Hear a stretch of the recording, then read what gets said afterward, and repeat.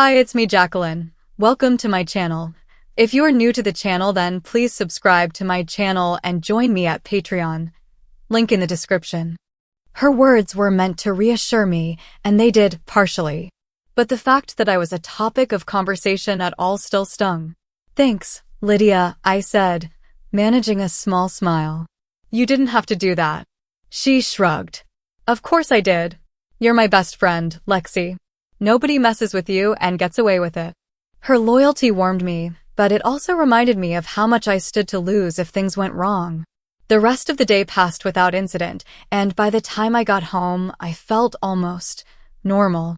Shirley was in the kitchen, chopping vegetables for dinner, while Stephen sat at the table, a stack of papers spread out in front of him. Good day at school? Shirley asked as I dropped my bag by the door. I nodded. Quiet for once. Stephen looked up from his papers, his expression serious. That's good, because things might not stay quiet for long. What do you mean? I asked, my stomach twisting. We've heard from one of our contacts, he said. Grayson's been meeting with editors from a couple of bigger publications. He's trying to sell your story to a national audience. The calm I'd felt all day evaporated in an instant. What do we do? We stick to the plan, Shirley said firmly. We've already started building your support network, and we've got people ready to speak out if he tries anything. But we need to move faster. Stephen nodded. We're also going to get ahead of him. If he wants to paint you as some kind of scandal, we'll make sure the world knows the truth first. The truth? I asked, my voice shaky. That you're brave, Lexi, Shirley said, her tone softening. That you're living your life authentically, and that you have every right to do so. Their confidence was reassuring, but the idea of going public with my story terrified me. Still, I knew they were right. If I wanted to stop Grayson, I had to face him head-on. The next day, Stephen arranged a meeting with a local journalist who'd agreed to help. Her name was Dana, and she had a reputation for exposing bullies and frauds like Grayson.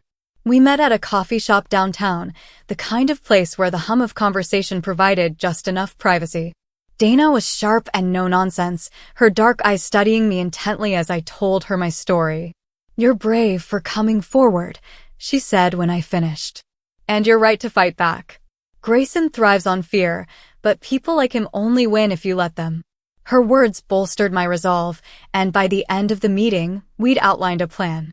Dana would write a feature about my journey, not just about the challenges I'd faced, but about the support I'd found and the person I was becoming. It wasn't easy, opening up to a stranger, but as I spoke, I felt a weight lifting off my shoulders.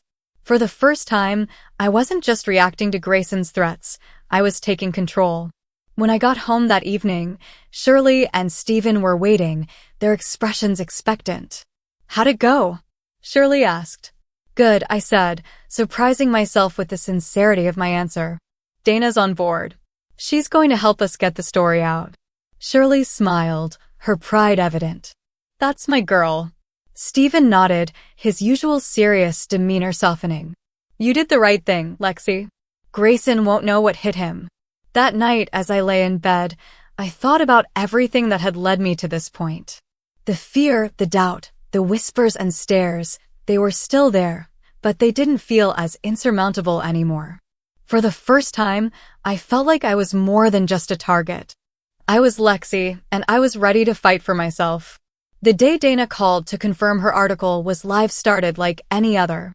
I was in the kitchen, picking at a bowl of cereal and trying to ignore the unease that had settled in my stomach ever since our meeting.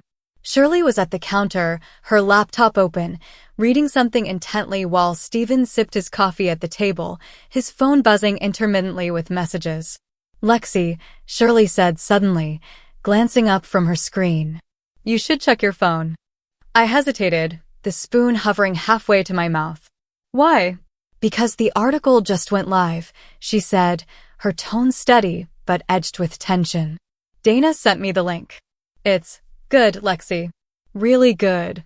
My heart leaped into my throat. I put the spoon down and grabbed my phone, fumbling as I unlocked it. Sure enough, there was a notification from Dana. The article is up. You've got this. I tapped the link, and the headline stared back at me, Living authentically, a small-town teen's journey to embrace her true self. My stomach flipped. Part of me didn't want to read it. I already knew the story, after all, but curiosity won out. The piece was everything Dana had promised. She painted a picture of resilience, of courage in the face of adversity, and of the unwavering support that had made it possible. She didn't sugarcoat the challenges, but she framed them as battles worth fighting, as steps toward something greater. By the time I finished reading, my hands were trembling. It was one thing to tell my story to a single person. It was another to see it laid out for the world to read. "Well?" Shirley asked, her eyes searching mine.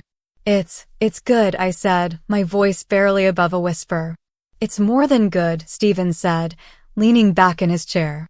"It's powerful. Grayson's going to have a hard time spinning this into anything negative." His confidence should have reassured me, but the truth was, I wasn't thinking about Grayson anymore. I was thinking about everyone else, my classmates, my teachers, the strangers who would read this and form their own opinions. "Do you think people will understand?" I asked.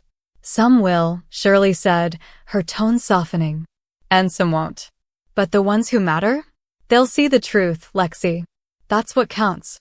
Her words stayed with me as I headed to school. I kept my head down as I walked through the halls, half expecting someone to call me out or whisper as I passed. But the morning was uneventful, almost eerily so. It wasn't until lunch that the article made its presence known. Lydia was waiting for me at our usual table, her phone in hand and a grin on her face. "So," she said, sliding the phone across to me. "Guess what's been the hot topic all morning?" I glanced at the screen. It was Dana's article, shared and reshared across social media, with comments ranging from supportive to skeptical to downright cruel. My chest tightened as I read, but Lydia reached over, covering my hand with hers. "Don't focus on the trolls," she said firmly. "Look at the good stuff. Look at all the people saying how brave you are." She was right. For every hateful comment, there were 3 more offering words of encouragement, stories of their own struggles, or simply a show of solidarity. "Richard's been talking about it, too," Lydia added, her grin widening. "He told me he thinks you're amazing." I felt my cheeks heat up but managed a small smile. "He said that?" "Yeah," she said. "And he's not the only one. I think you've got more allies than you realize, Lexi." Her words bolstered me, but the moment was short-lived. As we left the cafeteria, I spotted a familiar face near the lockers, Grayson. My heart sank as his eyes met mine, and he gave me a slow, deliberate nod before walking away. He didn't say anything, but his presence was enough to send my nerves into overdrive. "What's he doing here?" Lydia whispered, her expression mirroring my own anxiety. "I don't know," I said, my voice tight. "But I'm going to find out." The rest of the day passed in a haze, my mind racing with possibilities. By the time I got home, I was ready to explode. "He was at my school," I blurted as soon as I walked through the door. Shirley's face darkened. "Grayson?" I nodded. He didn't say anything, but he was there. "Why?" Stephen stood, his jaw tightening. "He's testing you. Trying to rattle you." "Well, it's working," I snapped. Shirley stepped forward, placing a hand on my shoulder. "Lexi, listen to me. He's trying to get a reaction out of you. Don't give him that power." "Easy for you to say," I muttered, shrugging her hand off. "You're not the one he's targeting." "I know," she said softly. "But you're not alone in this. Remember that."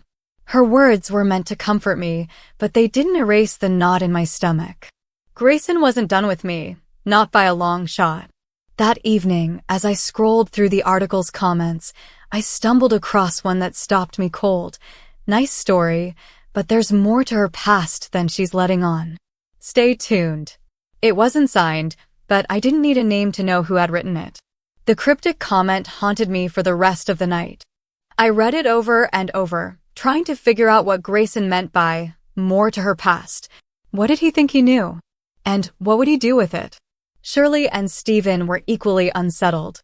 We spent hours brainstorming ways to counter whatever he might try next, but the truth was, we couldn't prepare for something we didn't understand. "We need to find out what he's planning," Stephen said finally, his voice tight with frustration. This waiting game is giving him the upper hand. How do we do that? I asked. Shirley's eyes narrowed thoughtfully. We don't. I do. What does that mean? It means I'm going to pay Grayson a visit, she said, her tone brooking no argument. It's time to remind him who he's dealing with. The idea of Shirley confronting Grayson alone made me nervous, but I trusted her. If anyone could handle him, it was her.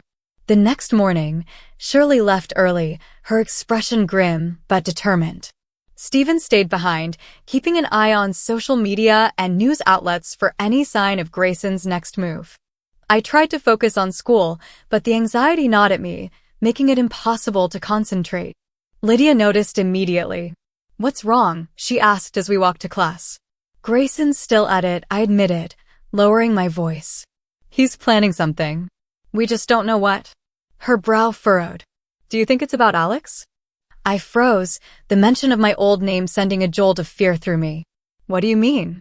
I mean, that's the only past he could be talking about, right? She said. But how could he know? I didn't have an answer, and the thought of Grayson digging into that part of my life made my stomach churn. The day dragged on, each class feeling longer than the last. By the time I got home, Shirley was waiting, her expression unreadable. What happened? I asked, dropping my bag by the door. I had a little chat with Grayson, she said, sitting down at the kitchen table. He's more rattled than he lets on. He knows we're watching him, and he doesn't like it. Did he say anything about his plans? Not directly, Shirley admitted. But he hinted that he's working on something big. Something he thinks will expose you. My chest tightened. What do we do? We stay the course, she said firmly. Dana's article has already shifted the narrative in your favor. If Grayson tries to twist the story, he'll look desperate. But we need to be ready for anything. Please subscribe for the next part and visit my Patreon page for early access.